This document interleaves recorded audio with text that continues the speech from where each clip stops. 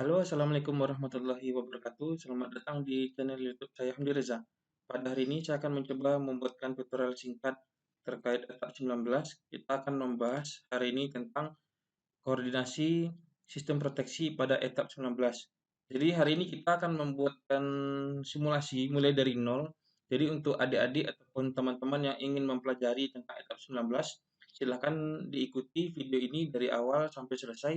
Semoga membantu dan bisa memberikan arahan petunjuk bagi teman-teman khususnya yang masih belajar tentang etap 19. Di sini saya akan mencoba membuatkan tutorial dari awal ya.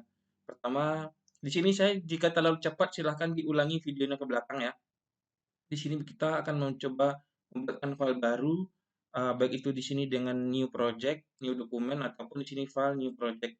Di sini langsung saja ya, kita mempergunakan metrik 50 Hz karena di Indonesia SPLN dipergunakan adalah frekuensi 50 Hz. Di sini saya contohnya proteksi, proteksi contoh ya, contoh proteksi ya. Oke, contoh proteksi, kemudian oke, oke, tidak ada perubahan. Oke, lanjut saja. Nah, setelah etap 19-nya selesai terbuka, kita akan mencoba maximize atau tampilkan full tampilannya. Oke ya, ini adalah tampilan etap secara default. Oke. Nah, sebelumnya kita akan mempergunakan library SPLN. Jadi, teman-teman atau adik-adik dapat mengunduh atau mendownload SPLN-nya, library SPLN khusus etapnya di deskripsi video. Hasil downloadannya nanti silahkan buka, kemudian copy paste ke hasil installernya etap. Di sini kalau di secara defaultnya di C etap 1901, kemudian library lib di sini. Nah, pastikan di sini. Di sini namanya saya buat library etap PLN. Nah, oke langsung langsung ya. Di sini saya akan setelah di copy paste, kemudian library open file open yes, kemudian kita pergunakan standar library-nya PLN. Oke, setelah ini terpakai, saya akan membuat simulasi contohnya dari transmisi. Di sini saya tidak membahas pembangkitnya. Dari transmisi 150 kV PGI diturunkan menjadi 20 kV, kemudian kita membahas hanya salah satu penyulang atau salah satu feeder saja.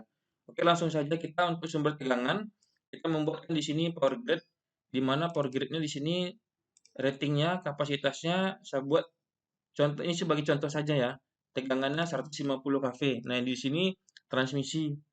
Transmisi itu dia bisa 150 kV ataupun kalau di Jawa Bali 150 kV ini maksudnya di SUTT, saluran udara tegangan tinggi. Sedangkan kalau di Jawa Bali sudah ada SUTET ya, saluran udara tegangan ekstra tinggi yaitu 500 kV. Di sini saya hanya mempergunakan 150. Jika teman-teman atau adik-adik mempergunakan 500, dipersilahkan. Di sini saya mempergunakan mode swing ya. Swing, kemudian di sini kita hanya membahas sumber tegangan saja. Jadi kita tidak membahas indikator-indikator lain di sini. Kemudian saya klik OK. Nah, kemudian dari transmisi kita buatkan trafonya. Nah, di sini trafonya ini dia akan menurunkan tegangan dari 150 menjadi 20 kV. Nah, karena kita di sini hanya membahas SUTM di sini yang kita akan bahas ya.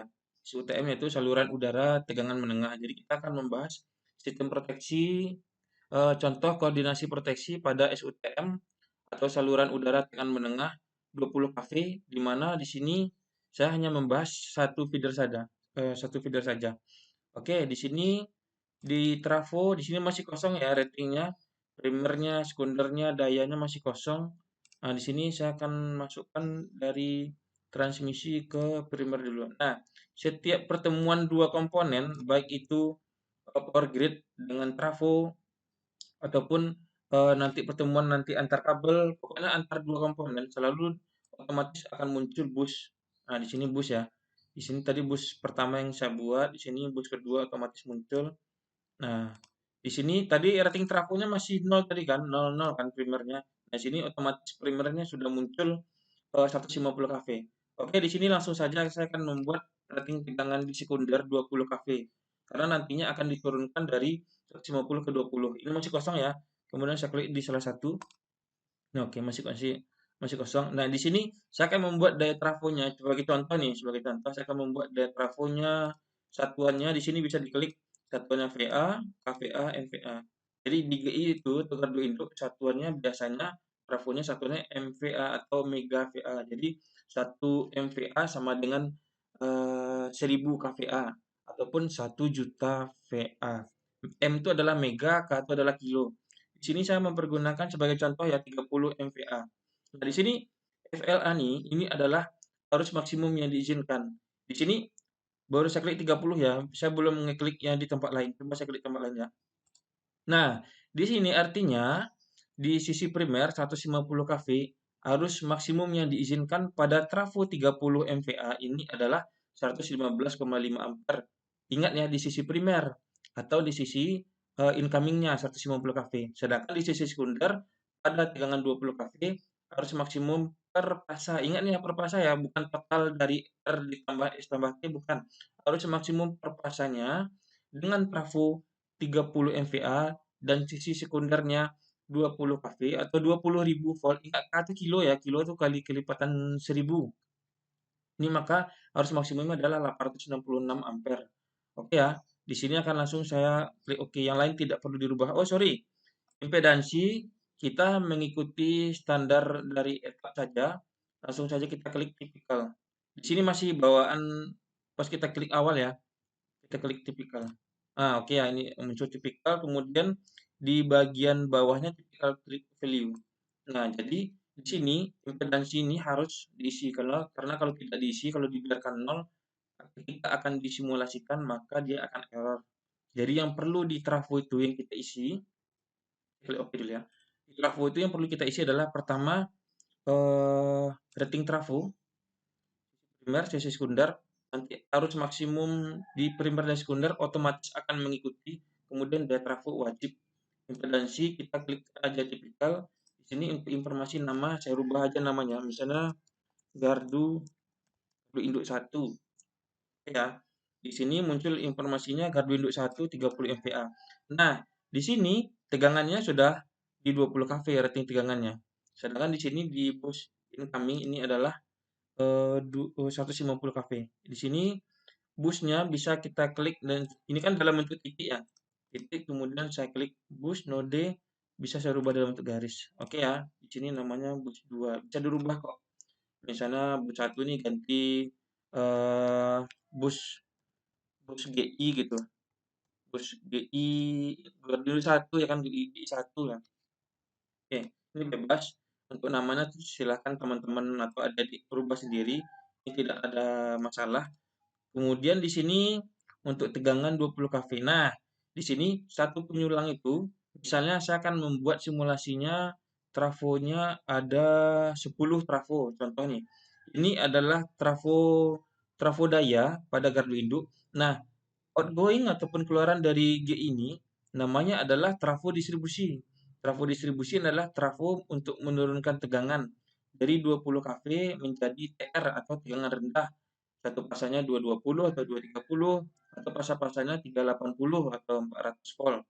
Nah, sedangkan untuk trafo daya ataupun di trafo GI dia menurunkan tegangan dari 150 kV ya kan dari tegangan transmisi menjadi tegangan distribusi atau di 20 kV.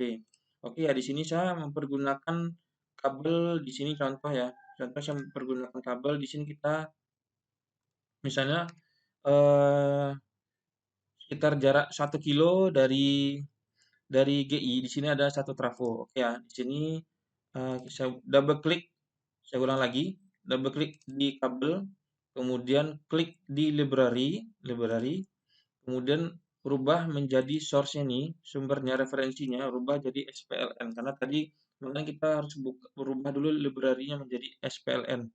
Oke ya, SPLN, kemudian oke. Nah, saya mempergunakan nih, contohnya kabelnya A3C. Di PLN kalau untuk saluran udara rata-rata mempergunakan kabel aluminium, rata-rata ya, rata-rata. Dari sini kita karena mempergunakan kabel A3C dan dia adalah SUTM atau saluran udara, kemudian kabel contohnya kabel yang saya pergunakan kabel 150 contoh. Katakan oke. Klik oke. Kemudian ini panjang panjang jaringan ini harus diisi ya. Misalnya panjang jaringannya 1 kms. 1 kms itu adalah 1 kilometer sirkuit. Artinya apa? Dalam 1 kilometer itu dia kabelnya 3 fasa, RST gitu. Makanya namanya sirkuit. Jadi kalau panjang kabel yang dibutuhkan dalam 1 kilometer sirkuit untuk SUTM 3 fasa, berarti bukan 1000 meter, tapi 3000 meter. Karena per pasanya itu RST-nya panjangnya masing-masing fasa adalah 1 kilometer. Ya kali 3. Jadi itulah sebagai contoh ya. Jadi ini rangkumannya, kabelnya 1 kms, standarnya adalah SPLN, kemudian overhead-nya adalah SUTM, saluran udara tekan menengah, dengan kabel jenis aluminium dan ukuran atau luas penampangnya 150 mm persegi. Oke ya, kabel 3 pasang ya jaringannya. Oke, setelah oke, kabelnya kemudian saya sambung di sini. Kemudian setelah 1 kilometer akan jumpa trafo. Sebagai contoh nih, trafo nih ya. Ini saya putar dulu. Di sini saya kontrol R saja. Kontrol R ini adalah untuk merubah trafonya. Nah, di sini contohnya trafo contoh ya. Nah, ingat tadi ya, setiap pertemuan kabel atau komponen dia akan selalu muncul bus. Bus ini otomatis akan muncul. Nah, di sini saya akan mempergunakan bebannya lamlot. Kenapa saya mempergunakan lamlot? Karena di lamlot ini fiturnya bisa untuk ketidakseimbangan beban.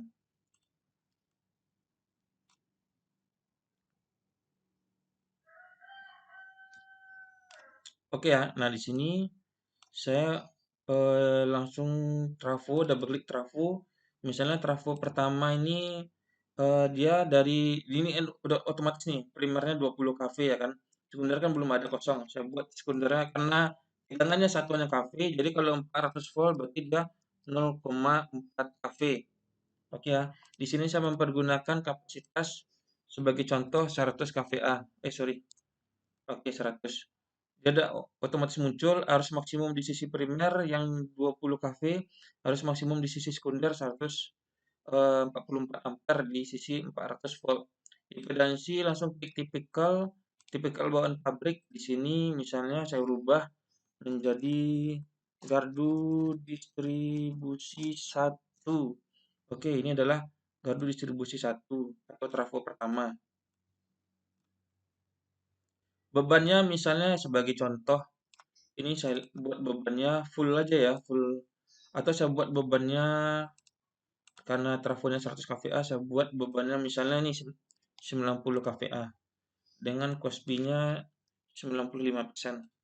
Oke ya. Oke. Jadi teman-teman nanti bisa hitung nanti secara mandiri. Cosby ini dia secara teori mendekati 1 dia akan semakin bagus. Semakin dia mendekati 1, KW-nya ini akan semakin maksimum atau kilowatt ini. Atau watt gitu kan. Karena kan hanya satuan kilo aja nih. Kalau dia dirubah dalam MVA ya dia ngikut dalam MW. Dia satunya dalam VA ya dia akan ngikut dalam satuan watt atau var begitu juga. Nah, jadi singkat ceritanya KW ini akan didapatkan yaitu daya KVA ini atau daya VA ini dikali dengan cos P. Berarti cos dari 95, ya kan? 95% dalam artian 0,95 ini ya, teman-teman ya. Jadi semakin dia mendekati power faktornya 1, maka KW-nya akan semakin maksimum. Begitu juga sebaliknya, covernya akan minimum. Saya buat contohnya 100%. Contoh nih, contoh. KW-nya full 90, covernya 0. Ini akan berisi otomatis. Jika saya buat per faktornya malah 0, cos P-nya malah 0, maka covernya otomatis akan maksimum. KW-nya akan 0. Contoh, saya klik nih ya, tapi saya belum ngeklik di sisi luar, saya klik ya. Nah, ini kan. Nah, oh sorry, berarti tidak diizinkan untuk per faktornya 0, minimal harus 1. Makanya dia nilai KW-nya harus tetap ada. Tapi seandainya ini diizinkan 0, maka KW-nya juga akan 0. Oke ya, jadi di sini akan saya buat untuk per faktornya 95%, jadi 90 kVA dikali 0,95 karena 95% ini adalah 0,95, maka dapatnya adalah 85,5. Gitu ya. Jadi di sini jangan teman-teman bingung lagi. Jadi sebelum kita mempelajarinya lebih dalam, kita harus tahu dulu secara detail apa sih fitur yang akan kita pergunakan. Di sini adalah untuk beban seimbang, tegangannya 0,4 kV atau 400 volt. Tegangan ini adalah tegangan pasa-pasa atau beban tidak seimbang bisa di sini unbalance. Tapi di sini kita tidak membahas beban tidak seimbang. Silakan cek di video sebelumnya tentang video ketidakseimbangan beban. Oke, langsung saja. Ini trafo pertama, kemudian saya pilih trafo kedua. Nah, di sini ini kan tadi 1 km atau 1 kms dari dari GI, kemudian ada beban trafo pertama. Nah, di sini saya buat kasus lagi. 2 kilometer setelah itu ada trafo kedua. Nah, di sini saya buat 2 kilometer setelah ini ada trafo kedua, library. Ini kabel ya. Kabel rubah source-nya dulu, kemudian SPLN, saya pilih A3C 150 sebagai contoh saja. Oke, ini 2 kms. Oke. Nanti impedansinya udah ngikut ya, sesuai dengan standar SPLN yang dipergunakan. Saya ambil trafo lagi, trafo berikutnya, kemudian saya putar. Ini adalah sisi primer. Perputarannya Ctrl R. Ini sisi primer di sini ya. Jadi biar jangan kebalik, saya putar lagi. Oke ya. Jadi ingat ya, potensialnya atau polnya, kutubnya primer sekunder jangan sampai terbalik ya teman-teman atau adik semua ya. Pastikan primernya betul-betul jumpa atau bertemu dengan primer yang seharusnya. Di sini trafo kedua saya buat gardu distribusi gede aja ya, gede 2. Gardu distribusi 2. Di sini saya buat gede 1 aja lah biar sama seragam semua, nggak perlu banyak panjang. Di sini GD1 gardu distribusi 1 100 kVA. Oke, di sini saya lanjut GD2. Oh, di sini dialnya belum ya. Saya double klik pada trafo, ratingnya sama 0,4 kV atau 400 volt. Kemudian kVA-nya saya buat di sini yang beda lah ya, 160. Oke, ini nggak perlu lagi saya jelasin ya. Jadi teman-teman sudah tahu nanti ya. Kemudian impedansinya klik typical value, oke. Di sini saya pilih beban lagi, lam load, putar Ctrl R. Oke. Di sini untuk trafonya 160. Kemudian saya buat bebannya eh anggaplah bebannya misalnya saya buat 100% lah. Tetaplah 160 kVA. Contoh dengan coach P-nya 95% atau 0,95. Oke. Ini kemudian lagi kabel lagi di sini saya mencepat saja jadi biar teman-teman tidak terlalu lama untuk memperhatikan videonya. Atau akan copy paste kabel aja bisa.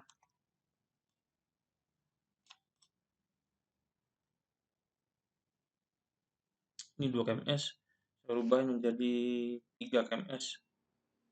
PLN sudah sama jadi nggak perlu ngedit lagi. Jadi 1 kms pertama jumpa ataupun bertemu dengan 1 trafo. 2 kms berikutnya berarti ini udah kms ketiga nih ya. Karena dia kan akumulasi dari pangkal.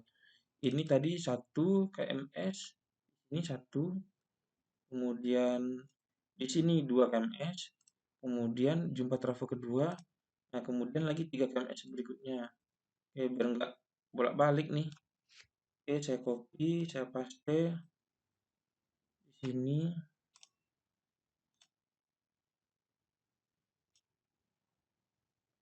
Kemudian GD-nya anggaplah GD 4 di sini.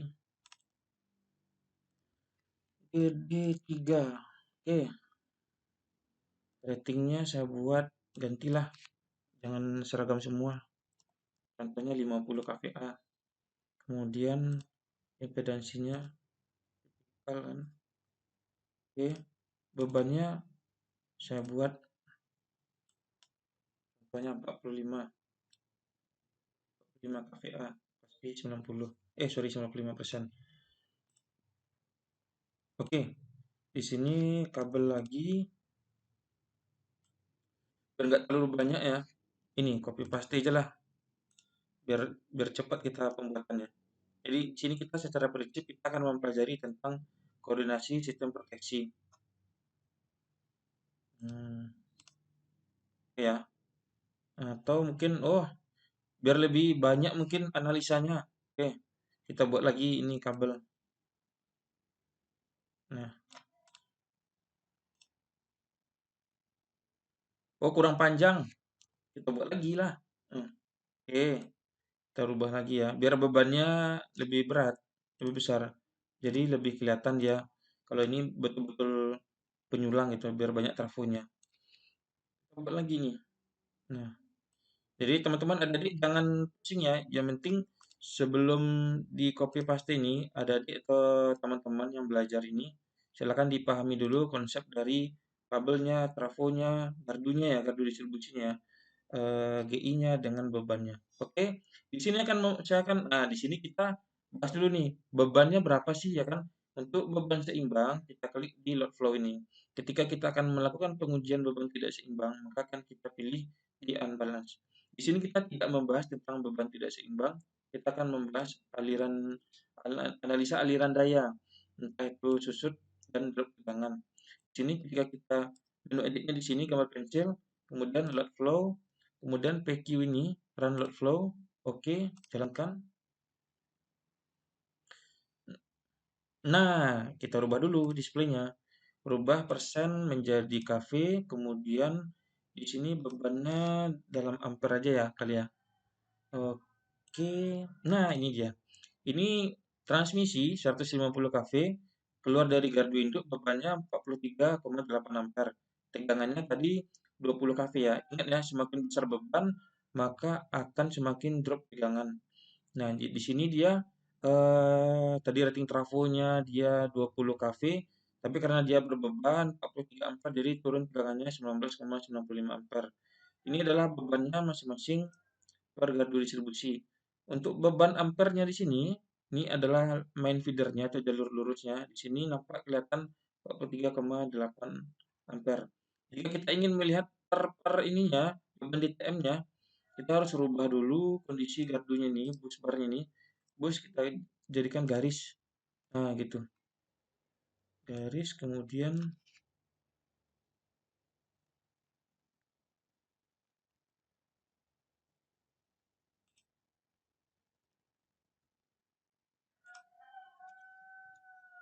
oke.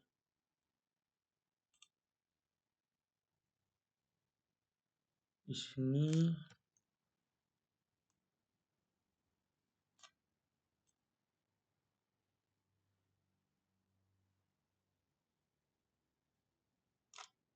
nah, di sini 43,8 keluaran dari GI, di mana 2,7 ampere ini adalah beban di sisi primernya atau di sisi TM-nya, sisi 20 kV-nya gardu pertama. Dan dia akan melanjutkan 41,2 ampere gitu ya cara bacanya ya.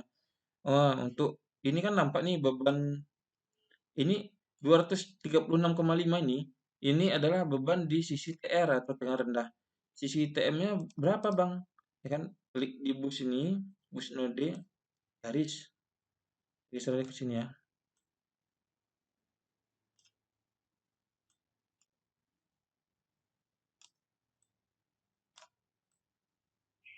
Sorry ya kalau agak berantakan, yang penting konsepnya teman-teman paham semua.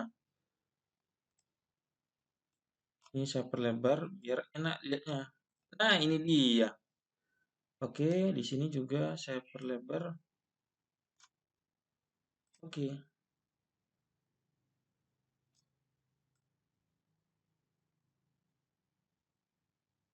Oke ya, ini 2,7 ampere untuk gardu pertama, kemudian melanjutkan bebannya 41,2. Nah, di sini ke trafo ini 160 kVA, dia bebannya dengan beban full ya. Di sini dia 4,7 ampere di sisi TM 20 kV atau di sisi primer trafo itu sendiri. Kemudian beban di sisi sekundernya 236,5 ampere. Nanti begitu juga untuk section yang setelahnya. Jika pengen mengetahui beban eh, geser dia nih.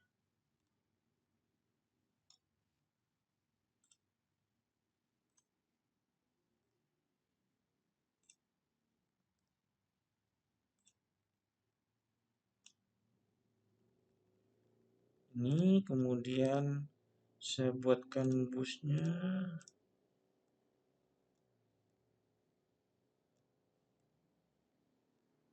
Oke. Ini juga.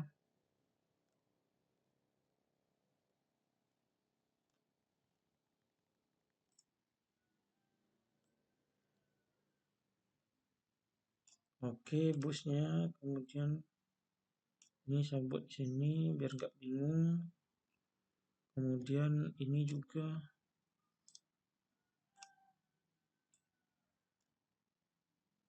Nah, ini sengaja nih saya buat nih bus-bus ini, bus bar ini nanti teman-teman akan paham nanti tujuannya apa. Karena nanti kita akan membahas tentang proteksi. Jadi di proteksi itu kita akan buat nanti sectionnya, LBS-nya ataupun recloser-nya. Oh,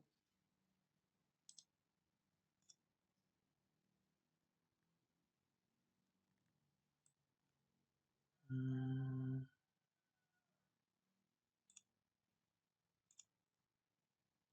ini busnya.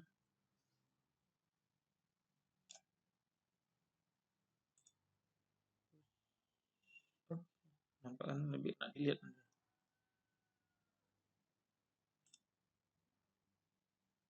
Tuh, ini aja lah, enak dia. Di blok dia dan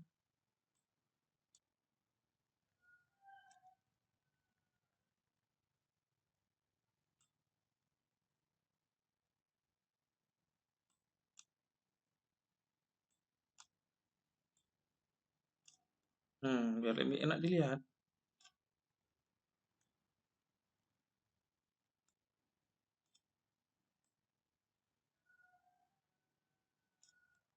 Nah, oke.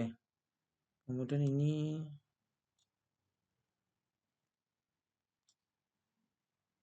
nah, di sini saya akan membahas tentang proteksi. Jadi kita harus membuat dulu circuit breaker-nya ataupun PMT-nya.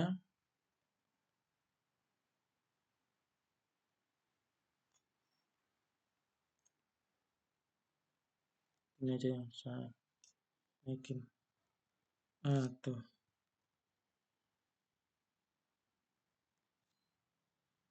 Oke, sip. Ini saya naikin dulu. Oke. Jadi di PMTGI di penyulang itu saya akan buat nanti circuit breaker. Nah, circuit breaker saya buat di sini high voltage circuit breaker. Oke ya, saya buat di sini high voltage. Diklik menu edit dulu, kemudian pilihnya high voltage circuit breaker. Setelah itu di sini, nah kita buatkan di sini CT-nya. Nah, di sini ingat ya CT itu perlu, CT itu adalah current transformer atau pengukuran arus. Jadi tidak mungkin arus sebesar itu yang di TM langsung diukur oleh si recloser ataupun si PMT. Jadi di sini kita mempergunakan eh, arus overcurrent relay. Oke ya, di sini kita hubungkan. Nah, di sini tadi bebannya kan 48 ya, 43. Coba lagi ya biar nggak bingung ya. Ya, 43. Oke, 43 ampere. Saya buat di sini rating rasio CT-nya 100/1. Artinya apa? Ketika dia yang melewati 100 ampere di primer, maka dia akan mengeluarkan arus sebesar 1 ampere. Ingat ya, rasio CT ini harus di atas dari beban maksimum. Beban maksimum tadi berapa? 43 ampere. Nggak mungkin kita memakai rasio CT ataupun current transformer yang ampernya primernya ini di bawah dari beban utama. Jadi kalau jam 43 ampere nggak mungkin kita makainya misalnya nih contoh kita 40/1 contohnya kan kalau ada yang 40/1. Sedangkan bebannya 43. Jadi kita pakai yang di atasnya. Jadi saya pakai 100/1. Sebagai contoh jangan mau pakai 200/1 silahkan. Mau 300/1, 100/5, 200/5 silahkan. Yang penting arus primernya harus di atas dari arus beban. Oke ya. Oke. Kemudian Di sini saya mempergunakan relay 1. Ingat ya, relay ini saya mengambilnya dari overcurrent relay. Oke, silakan inputnya. Nah, inputnya ini kan udah terhubung dari CT1 nih. CT1 ini. Agak bingung ya. Nah, ini nih CT1 ya. Nah, di sini dia relay 1. Nah, inputnya otomatis sudah terhubung dengan CT1. Nah, di sini nggak usah diapa-apain lagi. Kemudian outputnya, nah di sini tambahkan dulu. Nah, kemudian di sini klik tambahkan lagi. Nah, high voltage circuit breaker. Jadi ketika terjadi arus gangguan yang dia rasakan, nanti akan dia akan mengopen. Open yang mana? Nah, CB1 di sini namanya CB1. Nah, kebetulan di sini belum saya rubah. Saya rubah dulu yang namanya ya, biar nanti enak pemahamannya. Misalnya di sini PMTGI feeder 1 atau feeder A lah, jadi tadi satu-satu aja. Oke ya, feeder A ya kan. Oke, udah. Inputnya udah, nggak usah diapa-apain. Outputnya di sini tambahkan, tambahkan di sini. Di sini nanti kebetulan aja nih. Nanti kalaupun berbeda, kita tinggal karena kan circuit breaker baru satu saya buat di sini. PMT, GI, feeder A, gitu ya. Nah, kemudian nanti statusnya nanti akan open ketika merasakan arus gangguan. Oke, di sini saya akan mempergunakan, nah, di sini adalah fungsi OCR atau fungsi overcurrent relay. Disinilah teman-teman atau adik-adik mengatur settingan waktunya, arus gangguannya, arus pick-up-nya, dan jenis kurva yang dipergunakan, standar standar inverse ataupun ekstrim ya kan, ekstrim inverse, semua ada di sini. Langsung saja ya kita klik library. Contohnya nih, contoh saya pilihnya mereknya Alstom. Kemudian saya pilih di sini overcurrent relay. Kemudian saya pakai di sini P120. Ini sebagai contoh, teman-teman bisa menggunakan jenis merek, tipe, ataupun model yang lain. Yang penting kebutuhannya sesuai dengan yang kita pergunakan. Dalam artian gini, ini saya pilihnya atau ya merek apa ya?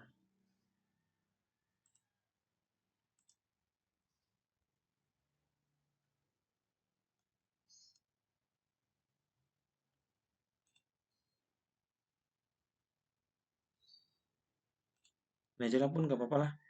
Nah, ingat ya di sini alatnya bekerja. Saya rubah dulu untuk circuit breakernya, ratingnya. Nah, di sini saya menggunakan Alstom lah.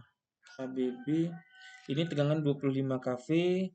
eh, Rating arusnya 1200 ampere, 2500. Kalau 2500 terlalu tinggi ya. Jadi saya mempergunakan ABB aja nih. Yang model pertama rating ampernya 1200 ampere maksimum. Nah, jadi karena beban kita tidak terlalu besar, 1200 saja lah kita pergunakan. Oke, ini sini udah bisa. Dengan kita kan berkisar 20 kV, jadi pakailah rating tegangan yang di atas 20 kV. Nggak mungkin kita mempergunakan tegangan 17 apalagi ke bawahnya. Kita bisa mempergunakan 20, 24 ataupun ke atas.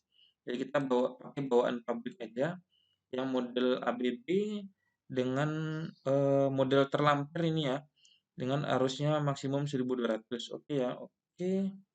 Kita klik di sini overcurrent relay, library, kita klik tadi di Alstom.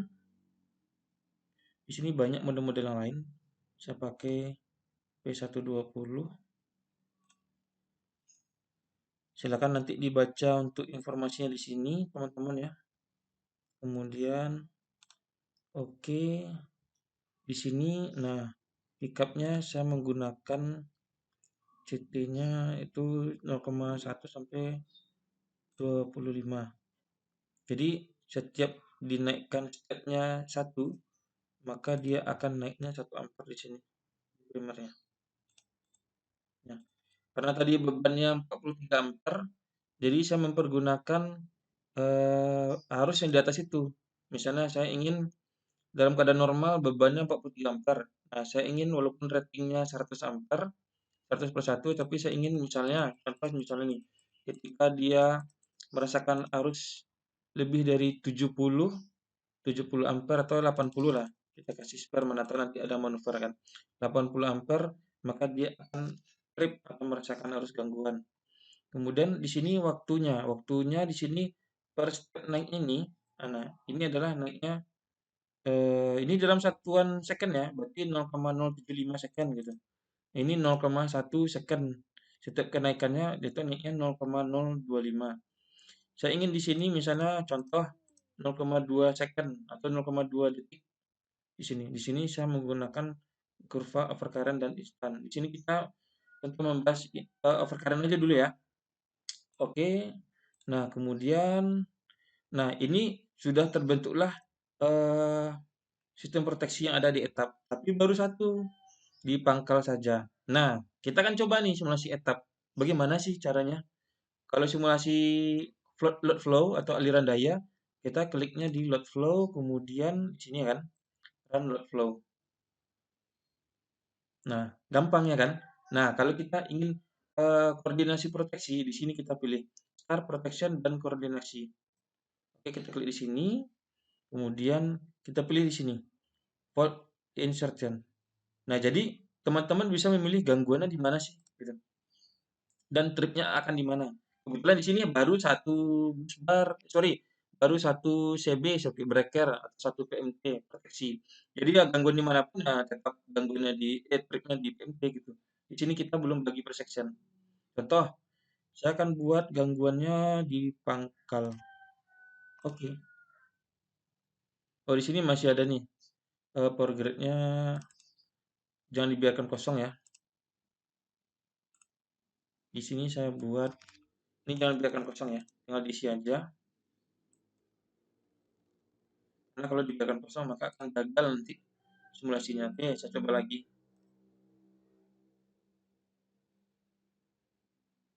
Oke, jalan ya kan?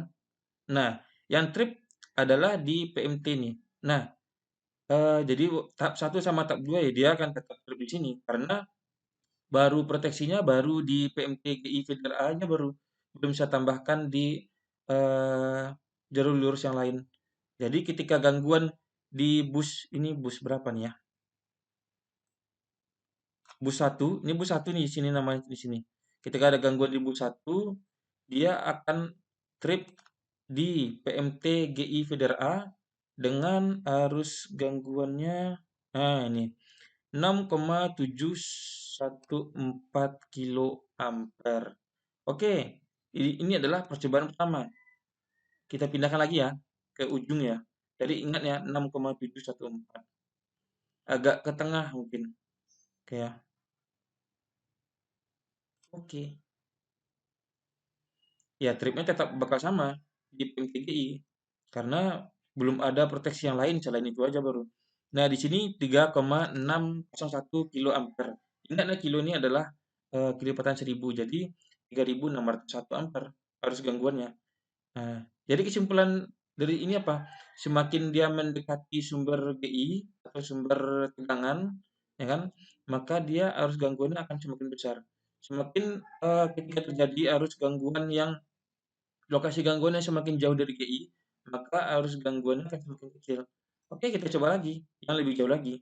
Tadi 3,6 tadi ya, kita coba di sini. Makin kecil nggak sih? Kita akan mencoba mensimulasikannya. Nah, oke.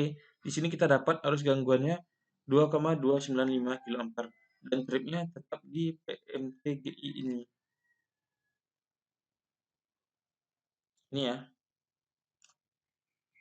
Kalau kita coba makin jauh lagi, paling ujung lah kita ambil. Paling ujung. Ini didapatkan arus gangguannya 1,075 kA. Oke ya, jadi dari sini dapat diketahui bahwa semakin jauh lokasi gangguan terhadap sumber beban ataupun sumber tegangan, maka arus gangguannya akan semakin kecil. Semakin mendekati lokasi gangguan terhadap sumber beban, sumber tegangan, maka arus gangguannya akan semakin besar. Di sini saya akan mencoba menambahkan eh, circuit breaker yang lain. Di sini misalnya ada recloser yang lain. Saya geser dulu ke bawah ya. Jadi di sini saya bagi atas 2 section. Ini section pertama, di sini kemudian saya akan bagi ini. Oke, menjadi section kedua. Oke, atau 3 section aja kali ya langsung ya. Ini bagi section kedua.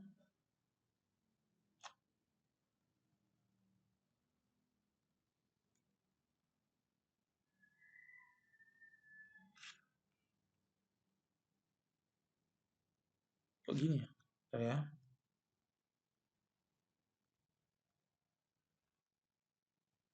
Oke. Ini section ketiga.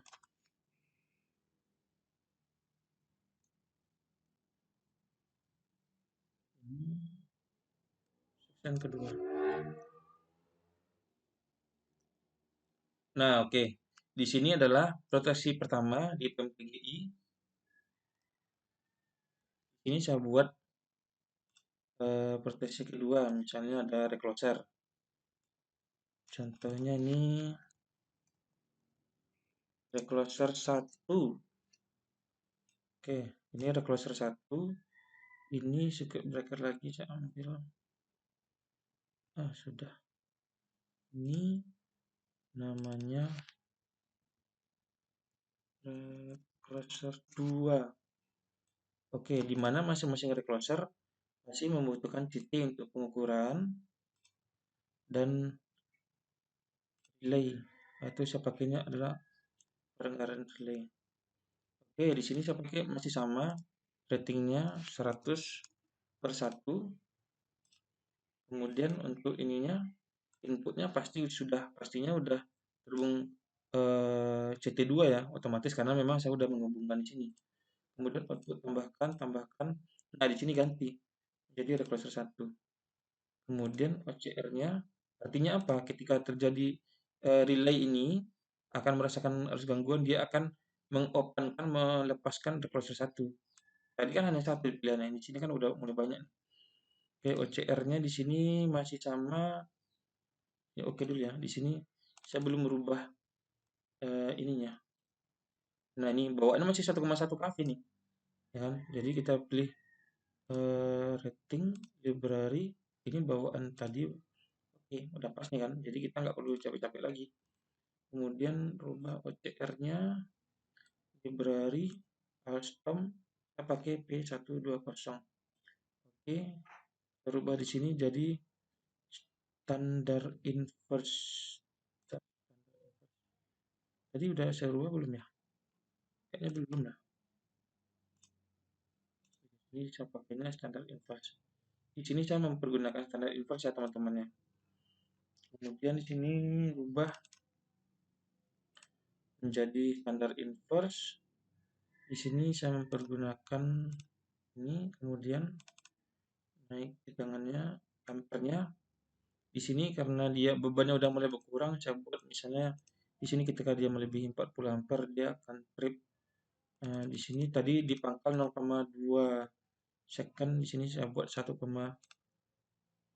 second. Nah, oke. Kemudian di sini adalah proteksi kedua. Saya buat ratingnya library ini. Oke. Kemudian saya pilih relay. Sorry, CT. Kemudian relay. Kemudian saya pilih skala ratingnya, saya tetap pakai 100/1. Oke, kemudian OCR-nya input sudah pasti betul CT3, outputnya saya tambahkan. Saya akan jika merasakan gangguan nanti uh, di OCR ini, relay ini dia akan mentripkan recloser 2.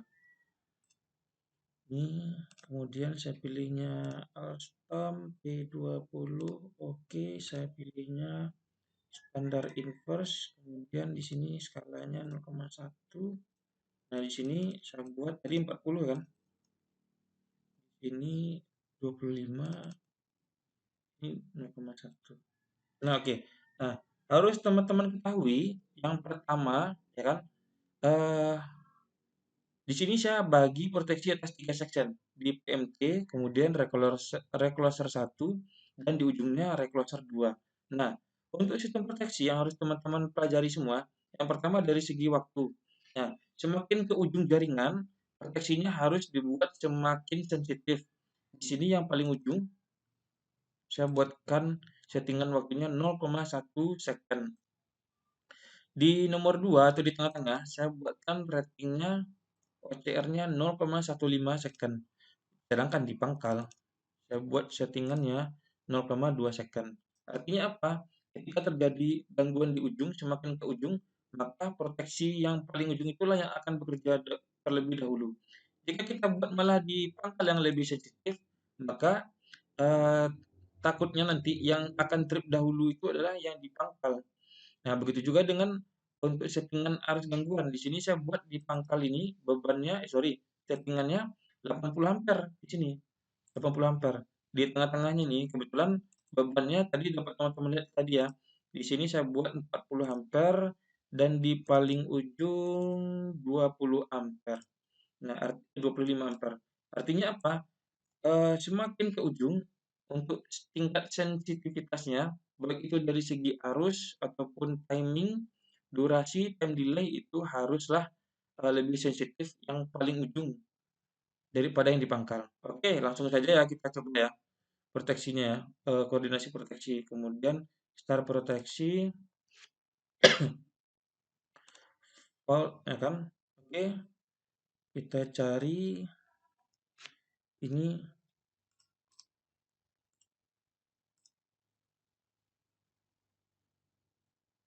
mana posisinya?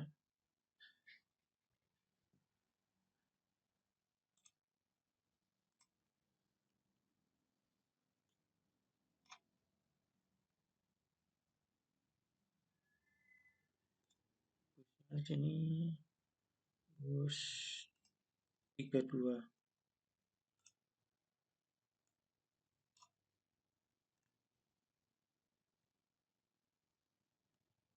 Jauh.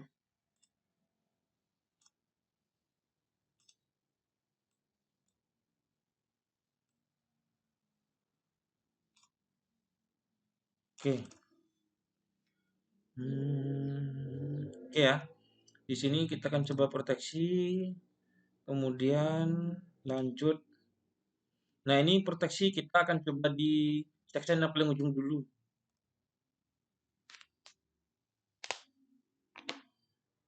Oke, yang trip ini adalah yang di recloser 2, ya kan? Nah, recloser 1 tidak trip. Ini, recloser 1, ini 2 nih ya, tanda silang nih. Recloser 1 tidak trip dan di PMT tidak trip. Artinya apa? Ketika terjadi gangguan di ujung, akan diamankan oleh recloser 2.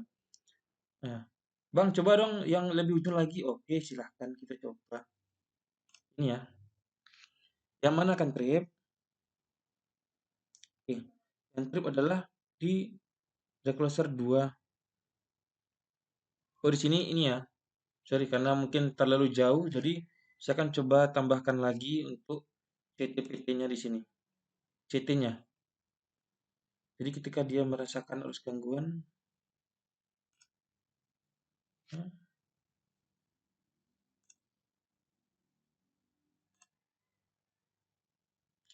for current relay, ini rating masih pakai. Kemudian relay, tambahkan ini dia 2 OCR, ini custom 120 standar inverse, ini kemudian sama kita lihat di section ujung. Oke, proteksi kemudian kita jalankan. Oke, sini.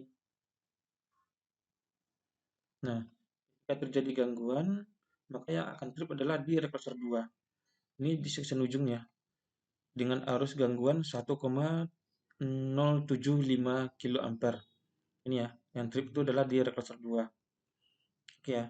Nah, kita coba lagi prinsip yang pertama tadi, semakin dekat dia dari sumber, kalau reclosure 2 berarti yang terdekat di sini kan untuk busnya kan. Nah, oke, silahkan diklik, dicoba busnya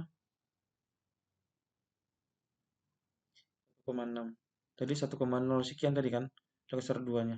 Jadi semakin dekat sumber gangguan terhadap sumber proteksi ataupun sumber tegangan dari atas nih, maka arus gangguannya akan semakin besar. Oke, ini untuk section ujung.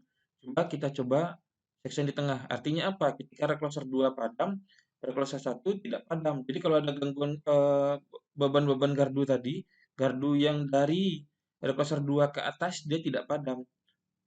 Bang, coba dong kita gangguannya di section kedua. Oke, kita coba section kedua ya.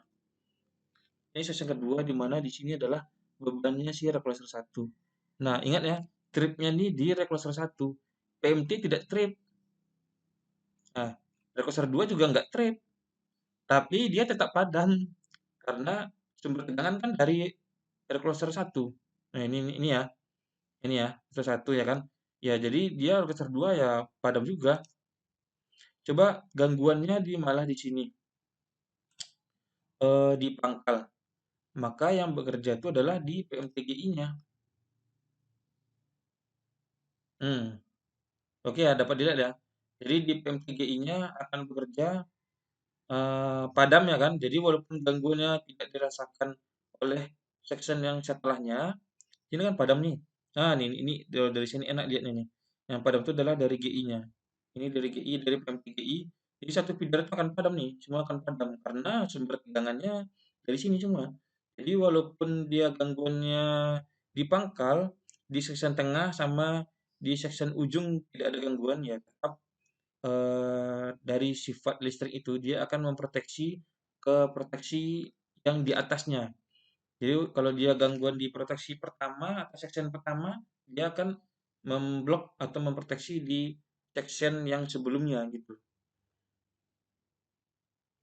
Oke ya, mungkin demikian yang dapat saya sampaikan untuk kita belajar tentang sistem proteksi pada etap. Kemudian jika ada pertanyaan silahkan disampaikan di kolom komentar. Yang mungkin teman-teman ada minta, "Bang, tolong dong kita bahas ini, bahas itu," ya kan. Ada banyak masukan, namun nanti saya akan saya pun juga masih belajar EKAP, jadi saya akan coba pelajari, insya Allah yang mana yang sudah saya pahami akan saya share nanti di video.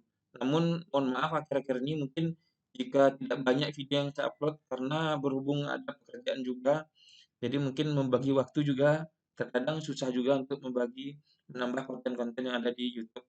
Oke, demikian video yang dapat saya sampaikan. Sekian terima kasih. Jika ada salah, mohon dimaafkan. Jika ada masukan ataupun komentar, saran, silahkan saya sangat terbuka dengan masukan dan kritik dengan tujuan membangun. Oke, demikian terima kasih. Semoga bermanfaat dan adik-adik dapat belajar sistem proteksi etap dari awal kita buat dari nol. Oke, demikian terima kasih. Silakan pantau terus subscribe channel YouTube saya. Dan jangan lupa jika ada yang ingin dikonfirmasi atau mungkin ingin konsultasi lebih intens lagi, silahkan di email saya ataupun di IG, lihat aja di informasi dari channel YouTube-nya. Oke, terima kasih. Assalamualaikum warahmatullahi wabarakatuh.